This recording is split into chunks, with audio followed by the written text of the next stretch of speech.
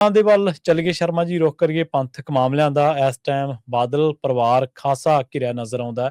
ਜੇਕਰ ਪੰਥਕ ਮਾਮਲਿਆਂ ਦੇ ਉੱਤੇ ਗੱਲਬਾਤ ਕਰੀਏ, ਜਦੋਂ ਤੋਂ ਗਿਆਨੀ ਰਘਬੀਰ ਸਿੰਘ ਜੀ ਨੇ ਕਈ ਪਿਛਲੇ ਮਾਮਲਿਆਂ ਦੇ ਬਾਰੇ, ਕਈ ਪਿਛਲੇ ਐਪੀਸੋਡਸ ਦੇ ਬਾਰੇ ਸਟੇਟਮੈਂਟ ਦਿੱਤੀ ਹੈ, ਉਦੋਂ ਤੋਂ ਲਗਭਗ ਇਹ ਮੰਨਿਆ ਵੀ ਜਾ ਰਿਹਾ ਸੀ ਤੇ ਹੁਣ ਤਾਂ ਤੈਅ ਹੀ ਹੋ ਗਿਆ ਕਿ ਉਹਨਾਂ ਦੀ ਜਿਹੜੀ ਛੁੱਟੀ ਹੈ ਉਹ ਤੈਅ ਹੋ ਗਈ ਹੈ ਜੀ। ਹੁਣ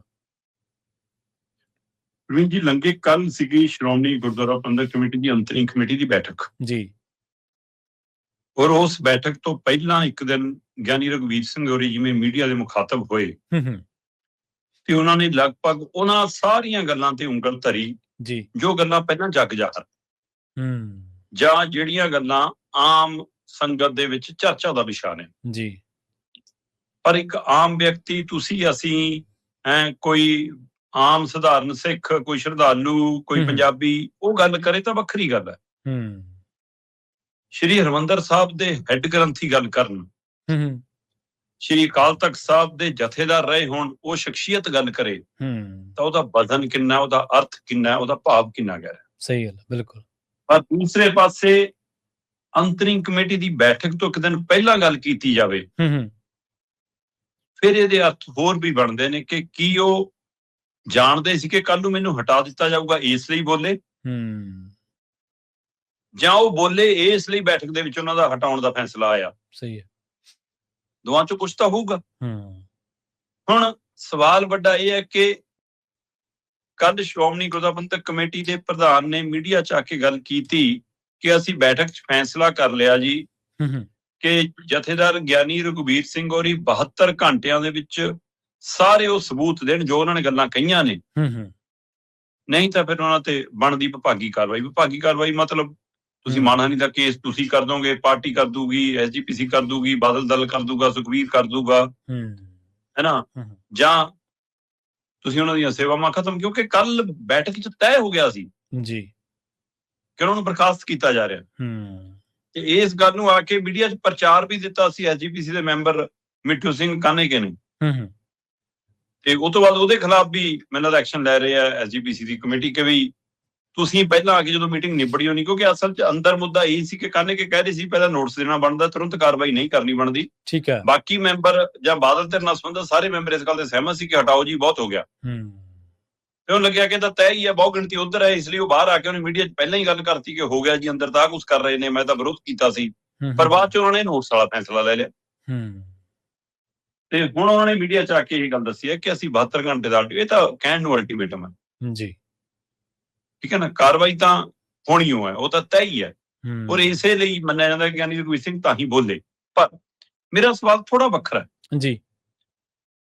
ਧਾਮੀ ਹੋਰੀ ਕਹਿ ਰਹੇ ਕਿ ਵੀ ਗਿਆਨੀ ਰਘਬੀਰ ਸਿੰਘ ਹੋਰੀ ਸ਼੍ਰੋਮਣੀ ਗੁਰਦੁਆਰਾ ਪ੍ਰਬੰਧਕ ਕਮੇਟੀ ਨੂੰ ਢਾਹ ਲਾ ਰਹੇ ਆ।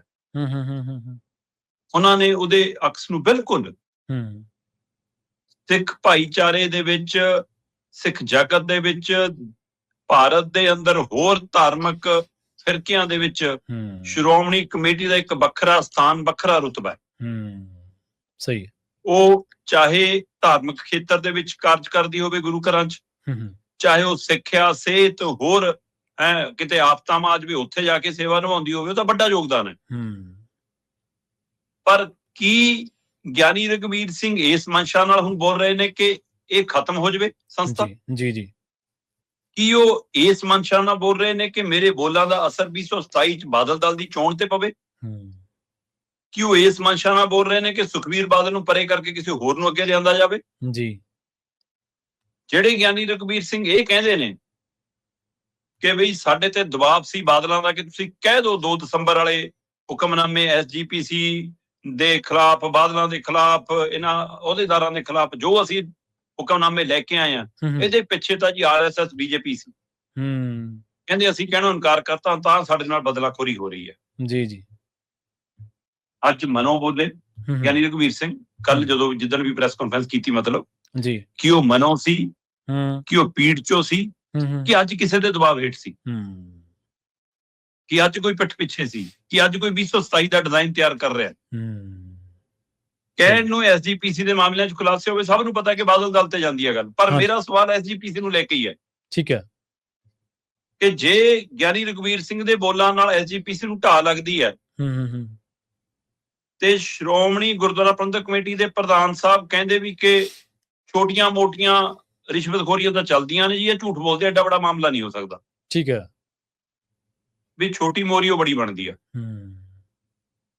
ਤੁਸੀਂ ਇਹ ਮੌਕਾ ਕਿਵੇਂ ਦਿੰਦੇ ਹੋ? ਮੈਂ ਹਰ ਥਾਂ ਥੋੜਾ ਬੈਠ ਲੂੰਗਾ ਜੀ, ਫਿਰ ਪ੍ਰਬੰਧ ਇਹੋ ਜਿਹਾ ਕਿਉਂ ਨਹੀਂਗਾ? ਮਤਲਬ ਸ਼੍ਰੋਮਣੀ ਕਮੇਟੀ ਦੀ ਸਿੱਟ ਦਾ ਮਾਮਲਾ ਆ ਰਿਹਾ ਹੁਣ ਕਿ ਵੀ ਜਿਹੜੀ 328 ਲਾਪਤਾ ਬਾਬਨ ਸਰੂਪਾਂ ਦੇ ਮਾਮਲੇ ਸਿੱਟ ਹੈ, ਜਥੇਦਾਰ ਸਾਹਿਬ ਕਹਿੰਦੇ ਉਹ ਅੰਮ੍ਰਿਤਧਾਰੀ ਹੋਣੇ ਚਾਹੀਦੇ ਨੇ, ਬਾਕੀ ਮਨਜ਼ੂਰ ਨਹੀਂ। ਤੇ ਸ਼੍ਰੋਮਣੀ ਕਮੇਟੀ ਦੇ ਵਿੱਚ ਕੰਮ ਕਰਨ ਵਾਲੇ ਤਾਂ ਸਾਰੇ ਅੰਮ੍ਰਿਤਧਾਰੀ ਨੇ ਜੀ, ਫਿਰ ਛੋਟੀ ਮੋਟੀ ਚੋਰੀ ਵੀ ਕਿੱਥੋਂ ਹੋ ਰਹੀ ਹੈ ਜੀ? ਸਹੀ ਹੈ। ਤੇ ਗੁਰੂ ਘਰ ਦੇ ਅੰਦਰ ਸੇਵਾ ਕਰਦੇ ਆ, ਤੁਸੀਂ ਆਪ ਮੰਨੀ ਜਾਂਦੇ ਹੋ ਕਿ ਪਰਚੀ ਗਲਤ ਹੋ ਗਈ ਜੀ, ਵੱਧ ਘੱਟ ਹੋ ਗਈ ਜੀ, ਉੱਪਰ ਥੱਲੇ ਹੋ ਗਈ, ਸਬਜ਼ੀ ਕੋਈ ਇੱਧਰ ਉੱਧਰ ਕਰ ਗਈ, ਜਾਂ ਛੋਟੀਆਂ ਮੋਟੀਆਂ ਗੱਲਾਂ ਨਹੀਂ। ਛੋਟੀਆਂ ਮੋਟੀਆਂ ਕਿਉਂ ਨੇ ਜੀ ਗੱਲ?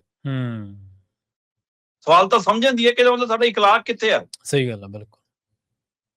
ਦੂਸਰੇ ਪਾਸੇ ਜੇ ਗਿਆਨੀ ਰਘਵੀਰ ਸਿੰਘ ਉਹਦੀ ਰਾਜਨੀਤਿਕ ਮਨਸ਼ਾ ਨਾਲ ਅੱਗੇ ਵਧ ਰਹੇ ਨੇ, ਤੇ ਧਾਮੀ ਸਾਹਿਬ ਵੀ ਕਹਿੰਦੇ ਆ ਕਿ ਮੈਂ ਤਾਂ ਸੁਖਬੀਰ ਦਾ ਸਿਪਾਹੀ ਆ।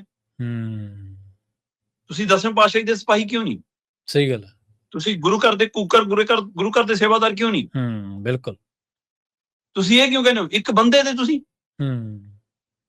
ਤੋ ਇਹਦਾ ਮਤਲਬ ਦੋਵੇਂ ਪਾਸੇ ਕੋਈ ਪਿਆ ਕਾਮੀਆਂ। ਪਰ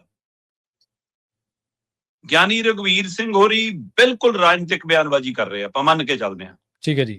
ਕਿਉਂਕਿ ਜੇ ਸੱਚਮੁੱਚ ਉਹ ਭਾਵਨਾਤਮਕ ਇਸ ਮੁੱਦੇ ਤੇ ਆਏ ਹੁੰਦੇ ਤਾਂ ਉਸੇ ਦਿਨ ਆਉਂਦੇ ਜਦੋਂ 2 ਦਸੰਬਰ ਵਾਲੇ ਹੁਕਮਨਾਮੇ ਨੂੰ ਮੰਨਣ ਤੋਂ ਇਨਕਾਰੀ ਹੋ ਰਿਹਾ ਸੀ ਬਾਦਲ ਦਾ। ਜੇ ਤੁਸੀਂ ਸਿੱਖ ਸਿਧਾਂਤਾਂ ਅਨੁਸਾਰ ਹੁੰਦੇ ਤਾਂ ਉਸ ਦਿਨ ਡਟ ਕੇ ਖੜਦੇ, ਤੁਹਾਡੇ ਬੋਲਾਂ 'ਚ ਬਬਲਿੰਗ ਨਾ ਹੁੰਦੀ। ਤੁਸੀਂ ਕਦੇ 5 ਮੈਂਬਰੀ ਕਮੇਟੀ ਨੂੰ ਹਾਂ ਕਰਦੇ, ਕਦੇ ਨਾ ਕਰਦੇ, ਕਦੇ ਬਾਦਲਾਂ ਨੂੰ ਵੀ ਕਹਿੰਦੇ ਕੱਟ ਲਓ ਆਪਣੀ ਮੈਂਬਰਸ਼ਿਪ, ਕਦੇ ਨਾ ਕਰ, ਤੁਸੀਂ ਵੀ ਦਵੱਲੇ ਚੱਲੇ। ਸਹੀ ਗੱਲ ਹੈ, ਬਿਲਕੁਲ। ਫਿਰ ਤੁਸੀਂ ਅਦਾਲਤ ਤੱਕ ਵੀ ਗਏ ਕਿ ਉਹਦਾ ਬਚਿਆ ਰਹਿ ਜਵੇ ਜੀ, ਫਿਰ ਥੋੜਾ ਸਮਝੌਤਾ ਹੋ ਗਿਆ, ਫਿਰ ਮਾਮਲਾ ਠੰਡੇ ਚਲਾ ਗਿਆ, ਤੁਹਾਨੂੰ ਸੇਵਾ ਮਿਲ ਗਈ। ਹੁਣ ਜੇ ਐਸਜੀਪੀਸੀ ਨੂੰ ਇਹ ਲੱਗਦਾ ਹੈ ਜਾਂ ਬਾਦਲ ਦਲ ਨੂੰ ਇਹ ਲੱਗਦਾ ਵੀ ਕਿ ਤਾਂ ਸਾਨੂੰ ਰਾਜਨੀਤਿਕ ਨੁਕਸਾਨ ਪਹੁੰਚਾਉਂਦੇ ਨਾਲ ਸ਼੍ਰੋਮਣੀ ਕਮੇਟੀ ਨੂੰ ਢਾਹ ਲੱਗਦੀ ਹੈ, ਤਾਂ 10 ਦਿਨ ਮੌਜੂਦਾ ਮੈਂਬਰ ਐਸਜੀਪੀਸੀ ਦੇ, ਮੌਜੂਦਾ ਪ੍ਰਧਾਨ, ਮੌਜੂਦਾ ਕਮੇਟੀ, ਕਿ ਤੁਸੀਂ ਐਸਜੀਪੀਸੀ ਦੀ ਮਜ਼ਬੂਤੀ ਲਈ ਕੀ ਕਰ ਰਹੇ ਹੋ? ਸਹੀ ਹੈ। ਤੁਸੀਂ ਕੇਂਦਰ ਮੂਹਰੇ ਅੜ ਰਹੇ ਹੋ ਕਿ ਕਰਾਓ ਚੋਣਾਂ ਸਾਡੀਆਂ। ਤੁਸੀਂ ਸੰਸਥਾ ਨੂੰ ਕਮਜ਼ੋਰ ਕਰ ਰਹੇ ਹੋ ਲਗਾਤਾਰ ਚੋਣਾਂ ਨਾ ਕਰਾ ਕੇ। ਕਿੱਥੇ ਅੜੇ ਹੋ? ਕਦੋਂ ਕਦੇ ਧਰਨਾ ਮੁਜ਼ਾਹਰਾ, ਕਦੇ ਕੋਈ ਲਿਖਤੀ ਮੁਹਿੰਮ, ਕਿੱਥੇ ਆ? ਜਾਂ ਕੇਂਦਰ ਚੋਂ ਨਿਕਲ ਕੇ ਸੂਬੇ ਵਾਲੀ ਕਮੇਟੀ ਬਣਾਉਣੀ ਹੈ, ਤੁਸੀਂ ਆਪ ਕਹਿੰਦੇ ਹੋ ਕਿ ਸਾਰੀਆਂ ਨੂੰ ਖੋਲੀਆਂ ਸੀ, ਸੂਬੇ ਤੱਕ ਹੀ ਰਹਿ ਗਏ। ਫਿਰ ਸੂਬੇ ਦੇ ਵਾਲੀ ਬਣਾ ਲਓ ਕਾਨੂੰਨ, ਕਰ ਲਓ ਚੋਣ। ਸਹੀ ਹੈ। ਦੂਸਰਾ, ਤੁਸੀਂ ਕਹਿੰਦੇ ਹੋ ਕਿ ਗਿਆਨੀ ਰਘਵੀਰ ਸਿੰਘ ਹੋਰੀ ਇਸ ਮੌਕੇ ਉਸ ਸਥਾਨ ਤੇ ਨੇ ਜਿੱਥੇ ਬਾਬਾ ਬੁੱਢਾ ਜੀ ਨੇ ਸੇਵਾ ਨਿਭਾਈ ਹੈ, ਤੇ ਐਡੇ ਵੱਡੇ ਰੁਤਬੇ ਤੇ ਸਥਾਨ ਦੇ ਉੱਤੇ ਬੈਠ ਕੇ ਜੇ ਕੋਈ ਸ਼ਖਸੀਅਤ ਸਵਾਲ ਖੜੇ ਕਰ ਰਹੀ ਹੈ, ਤੁਸੀਂ ਜਾਂਚ ਕਰਾ ਲਓ। ਤੁਸੀਂ ਕਿਉਂ ਨਹੀਂ ਉਹਨਾਂ ਦੇ ਬੋਲਾਂ ਨੂੰ ਕਹਿੰਦੇ ਕਿ ਠੀਕ ਹੈ ਜੀ, ਵੱਡੀ ਗੱਲ ਕੀਤੀ ਹੈ ਜਥੇਦਾਰ ਸਾਹਿਬ ਨੇ, ਸਾਡੇ ਹੈੱਡ ਗ੍ਰੰਥੀ ਸਾਹਿਬ ਨੇ, ਅਸੀਂ ਇਨਕੁਆਇਰੀ ਕਰਾਉਨੇ ਆ। ਬਿਲਕੁਲ। ਤੁਸੀਂ ਇਨਕੁਆਇਰੀ ਤੋਂ ਕਿਉਂ ਭੱਜ ਰਹੇ ਹੋ? ਤੁਸੀਂ ਕਹਿ ਰਹੇ ਹੋ ਨਾ ਕਿ ਸਿੱਟ ਸਾਡੇ ਕੋਲ ਦੁਬਾਰਾ ਰਾਤ ਨੂੰ ਚਿੱਠੀਆਂ ਲੈ ਕੇ ਆ ਗਈ, ਅਸੀਂ ਜੋ ਚਾਹੀਦਾ ਜੀ ਰਿਕਾਰਡ ਦੇ ਦਿਆਂਗੇ। ਗਿਆਨੀ ਰਘਵੀਰ ਸਿੰਘ ਤੋਂ ਸਬੂਤ ਮੰਗਣ ਦੀ ਬਜਾਏ ਤੁਸੀਂ ਰਿਕਾਰਡ ਰੱਖੋ ਨਾ ਉਹਨਾਂ ਦੇ ਮੂਹਰੇ, ਕਿ ਜਥੇਦਾਰ ਸਾਹਿਬ ਦਰੁਸਤ ਕਰੋ ਆਪਣੇ ਆਪ ਨੂੰ, ਆ ਲਓ ਜੀ ਰਿਕਾਰਡ ਸਹੀ ਹੈ, ਕੁਝ ਗੜਬੜ ਨਹੀਂ ਹੈ ਜੀ। ਸੋ ਕਿਤੇ ਨਾ ਕਿਤੇ ਚੋਰ ਮੋਰੀਆਂ ਹੈਗੀਆਂ ਜਨਾਬ। ਮਨਮੋਹਨ ਸਿੰਘ ਇਮਾਨਦਾਰ ਸੀ ਦਾ ਮਤਲਬ ਇਹ ਨਹੀਂ ਕਿ ਉਹਦੀ ਸਾਰੀ ਕੈਬਨਿਟ ਇਮਾਨਦਾਰ ਸੀ। ਸਹੀ ਗੱਲ, ਬਿਲਕੁਲ ਸਹੀ। ਧਾਮੀ ਸਾਹਿਬ ਤੁਸੀਂ ਪੈਸੇ ਪੱਖੋਂ ਇਮਾਨਦਾਰ ਹੋ ਸਕਦੇ ਹੋ, ਉਹਦੇ ਤੇ ਕਿਸੇ ਨੂੰ ਸ਼ੰਕੇ ਸ਼ੋਭੇ ਨਹੀਂਗੇ ਤੁਹਾਡੀ ਇਮਾਨਦਾਰੀ ਤੇ, ਪਰ ਤੁਹਾਡੀ ਟੀਮ, ਤੁਹਾਡੇ ਸਾਥੀ, ਤੁਹਾਡੇ ਆਕਾ, ਉਹ ਕਿੰਨੇ ਸੱਚੇ ਸੁੱਚੇ, ਕਿੰਨੇ ਇਮਾਨਦਾਰ ਨੇ, ਇਹ ਸਵਾਲ ਹੈ। ਮੈਂ ਕਹਿੰਦਾ ਕੋਈ ਰਾਜਨੀਤਿਕ ਮਨਸ਼ਾ ਨਾਲ ਬੋਲ ਰਿਹਾ ਗਿਆਨੀ ਰਘਵੀਰ ਸਿੰਘ, ਪਰ ਉਸ ਨੂੰ ਤੁਸੀਂ ਸੱਚ ਸਾਬਤ ਕਰਕੇ ਕਿਆ ਤੱਥ ਚੱਕੋ, ਸਬੂਤ ਚੱਕੋ ਜੀ, ਅਸੀਂ ਦਿੰਨੇ ਆ, ਉਹਨਾਂ ਤੋਂ ਮੰਗਣ ਦੀ ਬਜਾਏ ਤੁਸੀਂ ਆਪਣੇ ਆਪੇ ਕਹਾਣੀ ਹੋ ਜੂਗੀ। ਪਰ ਤੁਸੀਂ ਤੈਅ ਕੀਤਾ ਹੋਇਆ ਸੀ ਉਹਨੂੰ ਹਟਾਉਣਾ, ਉਹ ਇਸ ਲਈ ਬੋਲੇ ਹੈ ਨਾ, ਤੇ ਜਾਂ ਹੁਣ ਉਹ ਬੋਲ ਪਏ ਨੇ ਤੁਸੀਂ ਤਾਂ ਹਟਾਉਣਾ। ਜੋ ਵੀ ਹੋਵੇ ਜਾਣਾ ਤੈਅ ਹੈ ਜੀ ਗਿਆਨੀ ਰਘਵੀਰ ਸਿੰਘ ਦਾ। ਜੀ, ਨਾਲੇ ਜਿਹੜੀ ਇਮਾਨਦਾਰੀ ਤੁਸੀਂ ਗੱਲ ਕੀਤੀ ਹੈ ਨਾ, ਇੱਕ ਵਿਅਕਤੀ ਵਿਸ਼ੇਸ਼ ਦੀ ਇਮਾਨਦਾਰੀ ਤੇ ਇੱਕ ਸਿਸਟਮ ਦੀ ਇਮਾਨਦਾਰੀ, ਇਹ ਦੋਨੇ ਅੱਡ-ਅੱਡ ਗੱਲਾਂ ਨੇ। ਇੱਕ ਇੰਡੀਵਿਜੂਅਲ ਤੇ ਇੱਕ ਸਟਰਕਚਰਲ ਜਦੋਂ ਆਪਾਂ ਗੱਲ ਕਰਦੇ ਹਾਂ ਤਾਂ ਉਹਦੀ ਇਮਾਨਦਾਰੀ ਦੀਆਂ ਵੱਖ-ਵੱਖ ਗੱਲਾਂ ਨੇ। ਅਸਲ ਦੇ ਵਿੱਚ ਜਿਹੜੀ ਇਸ ਧਾਰਾ ਦੇ ਨਾਲ, ਇਸ ਪੰਥ ਦੇ ਨਾਲ ਜੁੜੇ ਜਿਹੜੇ ਲੋਕ ਨੇ ਜਜ਼ਬਾਤੀ ਤੌਰ ਤੇ, ਧਾਰਮਿਕ ਤੌਰ ਤੇ, ਉਹਨਾਂ ਦਾ ਦਵੰਦ ਇਹ ਹੈ ਕਿ ਜਦੋਂ ਕਿਸੇ ਬੰਦੇ ਦੇ ਬਾਰੇ ਉਹਨਾਂ ਦਾ ਵਿਸ਼ਵਾਸ ਬਣਨ ਲੱਗਦਾ, ਜਦੋਂ ਉਹਨਾਂ ਨੂੰ ਲੱਗਦਾ ਕਿ ਸ਼ਾਇਦ ਇਹ ਬੰਦਾ ਸੱਚ ਦਾ ਪਾਂਧੀ ਹੈ, ਇਹ ਬੰਦਾ ਸਹੀ ਗੱਲ ਕਰਦਾ, ਉਦੋਂ ਨੂੰ ਉਹ ਕਿਸੇ ਹੋਰ ਵਿਵਾਦ ਦੇ ਵਿੱਚ ਫਸ ਜਾਂਦਾ। ਉਦੋਂ ਨੂੰ ਜਾਂ ਉਹਦੇ ਅਤੀਤ ਦੇ ਵਿੱਚੋਂ ਕੋਈ ਇਸ ਤਰ੍ਹਾਂ ਦੀ ਗੱਲ ਨਿਕਲ ਕੇ ਆ ਜਾਂਦੀ, ਜਿਵੇਂ ਤੁਸੀਂ ਕਿਹਾ ਕਿ ਦੋਵੇਂ ਪਾਸੇ ਚੱਲਦੇ ਰਹੇ। ਕੰਫਰਟ ਦੇ ਮੁਤਾਬਕ ਥੋੜ੍ਹੋ ਗੱਲਾਂ ਹੁੰਦੀਆਂ ਨੇ, ਆਪਣੇ ਹਿਸਾਬ ਦੇ ਨਾਲ ਢਲ ਕੇ ਥੋੜੋ ਗੱਲਾਂ ਹੁੰਦੀਆਂ ਨੇ, ਫਿਰ ਤਾਂ ਰਾਜਨੀਤਿਕ ਲੋਕ ਸਹੀ ਨੇ। ਹਾਂ, ਸਿਧਾਂਤ ਤੇ ਚੱਲਣਾ ਤਾਂ ਤਲਵਾਰ ਦੀ ਧਾਰ ਤੇ ਚੱਲਣ ਬਰਾਬਰ ਹੁੰਦਾ। ਬਿਲਕੁਲ ਜੀ।